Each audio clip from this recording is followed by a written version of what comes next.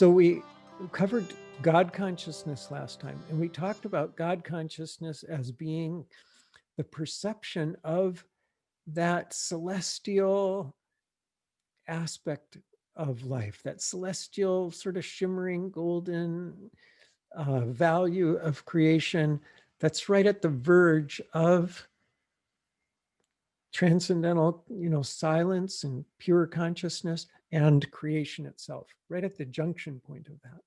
And that being holding all the potential of the silence and creation being the supreme value. And so that's just God. Okay, so we talked about that. Having that perception, living in that experience, that awareness all the time as God consciousness. And yet, that celestial value of creation is, in another sense, a boundary. It's not just unbounded. It's not just infinite. It's a boundary. Okay, it's something on the relative level of creation. And everything in the relative has some boundary value to it. Otherwise, it wouldn't be relative, it would be infinite. Okay, so there is that. And so there's kind of this interesting momentum that gets built up from the years of transcending and meditation. And that momentum, it's like it trains your mind and even your body that the ultimate fulfillment lies in transcending all boundaries, in just merging and melting into the infinite. Like that's what we're actually training our mind and body through our daily practice to experience. And as after so many years and even decades of regular practice of meditation, as it gets clearer and clearer and clearer and clearer, that gets inculcated into our very system, our being. And so as wonderful as that experience of God consciousness is, that momentum of, you could say, evolution kind of within us, still takes it even one step further so that we go beyond that boundary of the celestial and actually experience on the level of awareness that same inner value of unbounded awareness that we had been tasting, even like from the beginning days of meditation, unclearly, and then it becomes clearer and clearer and clearer, and it becomes very clear in cosmic consciousness.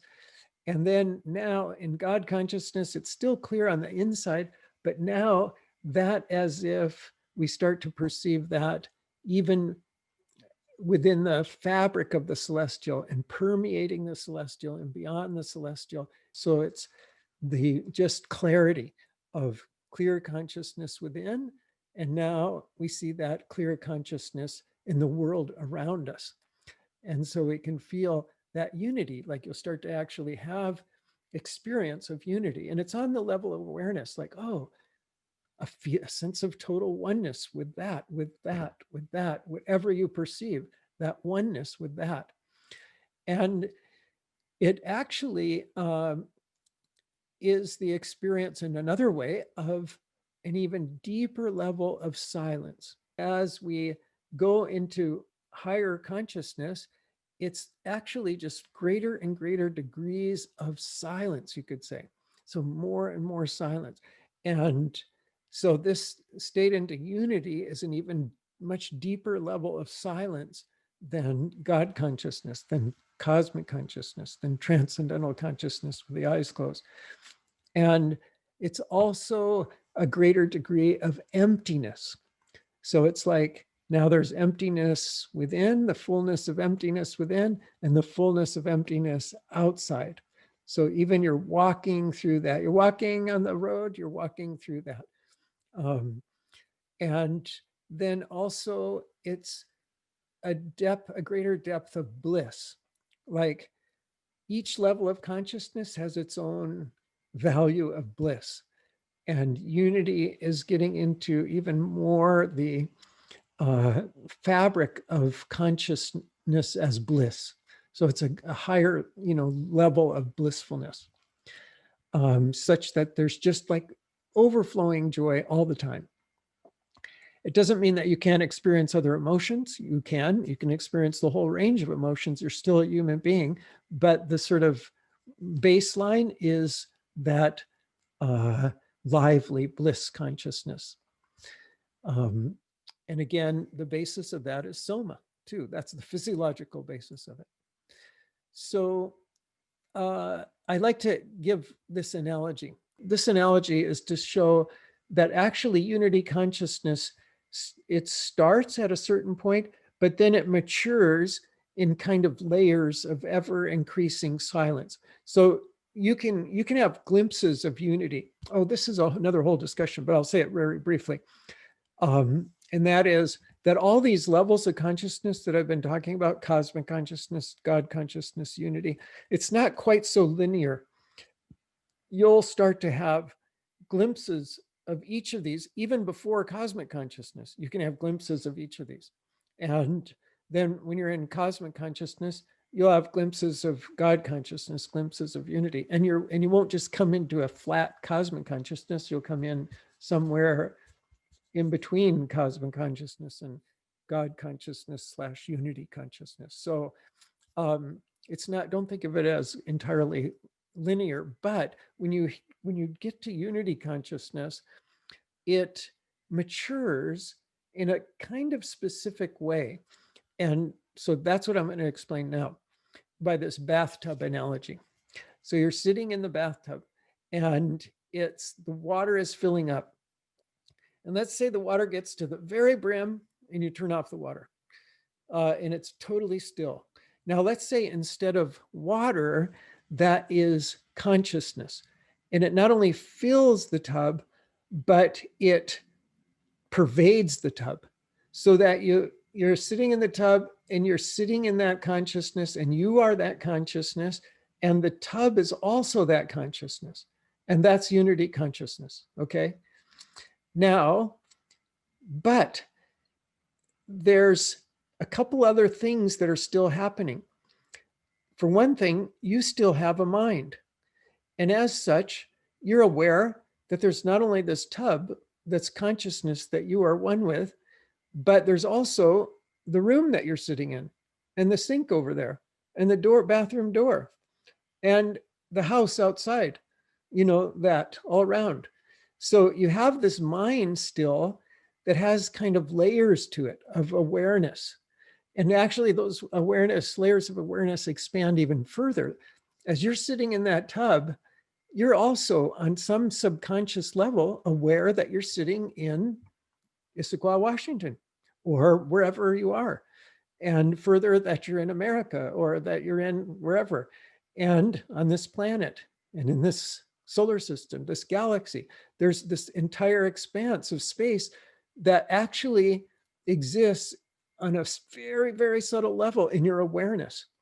Likewise, time, you're in this moment, but there's a past that you're aware of, and there's a future that you have in mind as well. So the whole continuum of time and space is held in some very subtle ways in your awareness.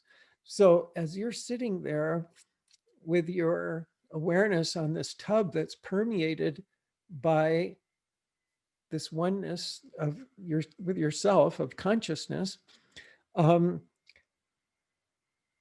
active levels of the mind that aren't yet permeated by that same silence are not taken in as part of that myself, as part of that consciousness.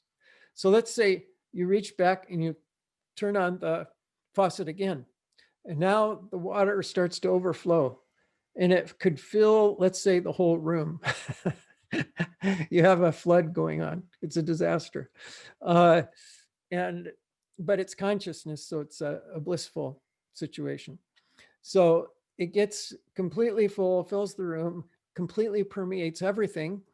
And let's say all the levels of awareness. So what I'm saying is basically that consciousness, that stillness, that silence expands and expands to fill all the layers of the subtle awarenesses that provide the context for your experience of this moment.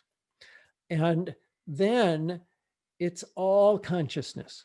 It's completely one totality of consciousness that encompasses all of time and space in your awareness. And that is fully integrated unity consciousness. There's nothing outside of myself. It's all within myself, all of time and space. And it's all based on that absolute completion of the process of silence permeating every nuance and level of the mind. Okay, so that basically the mind is the individual mind is completely stilled. So in a way, there is no mind anymore, and there is no thought in the ordinary sense, and yet you're still conscious. You're still a being whose senses are functioning, and the senses will tell you that there is, a bathroom, that there is a house. Your senses will show you all that. And yet on the level of awareness, you know that it's not so. It's actually just Brahman. And so if you want to, Raj is always asking about, is there a book I can read about this? And so there is a book that you can read about this. And it's the Ribhu Gita. I highly recommend that. The Ribhu Gita, Ribhu Gita, that extols this level of consciousness. And over in different ways, they say there's nothing, it's all just Brahman. And that's the expression of this level of consciousness where the mind has been completely stilled and you can yet function in the world. And that's the interesting thing. It's kind of like, so the senses will never actually see consciousness or smell consciousness. They can get refined and very rich and juicy, but consciousness is beyond the senses. So it's really on the level of awareness that you have this, that you live in this, in higher consciousness, in Brahman consciousness. And that's enlightenment. You'll still have all the input that there's a world, and yet on the level of awareness, you'll know it's not real. And that's where you come up with this whole concept of Maya. It's kind of like our senses tell us that the sun rises in the east and sets in the west. That's what our senses tell us. Every day we look at that and see that. And yet we know that it's not so. It's the rotation of the earth. And we know that, absolutely. And so it's kind of like that. On the level of awareness, you know it's all Brahman. On the level of the senses, there's a world, and you can act in the world still. And so that's kind of how it is. But so that's the level of full enlightenment where consciousness is fully developed. Now, at that point, it doesn't mean that your growth stops. You're still also a person, and you can grow as a person. Your personality can still develop.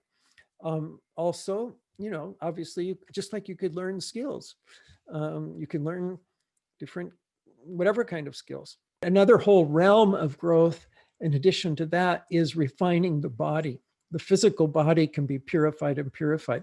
And that's where in the yogic different literature, there's references to yogis who, from that point of enlightenment, refine their physical form to be made of finer and finer substance so that it lasts longer and longer. You can have a body of light, you can have a body even of consciousness, supposedly. And there are stories and legends of some few sages who actually achieved that, transform this physical body into a body of consciousness. So anyway, that's the story. That's unity consciousness.